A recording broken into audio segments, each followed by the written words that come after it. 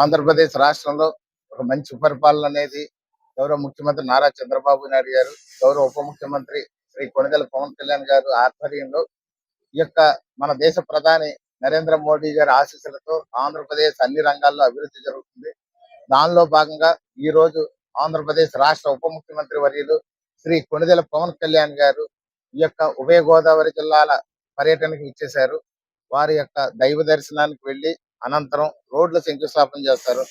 గత ప్రభుత్వ హయాంలో ఎక్కడ కూడా ఎలాంటి రోడ్లు కూడా మొదలు పెట్టినప్పటికీ ఈ యొక్క కూటమి ప్రభుత్వం ఏర్పడిన తర్వాత ఒక్క ఎంజీఎన్ఆర్జీఎస్ తోనే ఇప్పటి వరకు 5,000 కోట్ల రూపాయలతో మనం రోడ్లు పూర్తి చేయగలిగాం.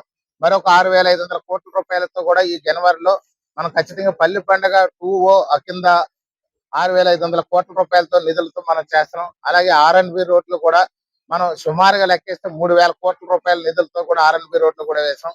అందులో భాగంగానే మా యొక్క జనసేన పార్టీ అధ్యక్షులు గౌరవ ఉప ముఖ్యమంత్రి వర్యులు శ్రీ పవన్ కళ్యాణ్ గారు ఈ రోజు రాజమండ్రి ఎయిర్పోర్ట్ కి ఇచ్చేసి ఇక్కడ రోడ్డు మార్గాన గంగారెడ్డిగూడెం వెళ్లి అనంతరం పోలవరం నియోజకవర్గంలో కొన్ని గ్రామాల్లో కూడా రోడ్డు శంకుస్థాపన చేస్తారు. ఈ యొక్క పర్యటన అంతా కూడా కేవలం రోడ్లు అభివృద్ధి చేయడానికి, అదే విధంగా స్థానికంగా ఉన్నటువంటి సమస్యలు పరిష్కరించడానికి ఈ యొక్క పవన్ కళ్యాణ్ గారికి ఇచ్చేశారు.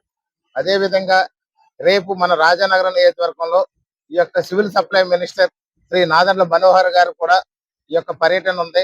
రైతులకు ఉన్నటువంటి ఇబ్బందులు ఏమైనా ఉన్నాయా, ధాన్యం కొనుగోలులో జరుగుతున్నటువంటి ఏమైనా అవంతరాలు ఉన్నాయా, ధాన్యం కొనుగోలుదారులకు డబ్బులు చెల్లించడంలో ఏమైనా ఇబ్బందులు ఉన్నాయా, గోతాలు ఇవ్వడంలో ఏమైనా ఇబ్బందులు ఉన్నాయా, అదే విధంగా సొసైటీలకి చెల్లించే విషయంలో ఏదైనా పెండింగ్లు ఉన్నాయా, అన్నిటి మీద కూడా వారు దాని మీద విస్తృతంగా కూడా మాట్లాడబోతున్నారు.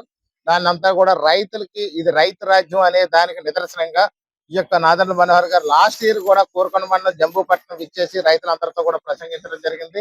వాళ్ళతో కూడా మాట్లాడి వాళ్ళ బాధలు కష్టాలు ఏమున్నాయో తెలుసుకోవడం జరిగింది.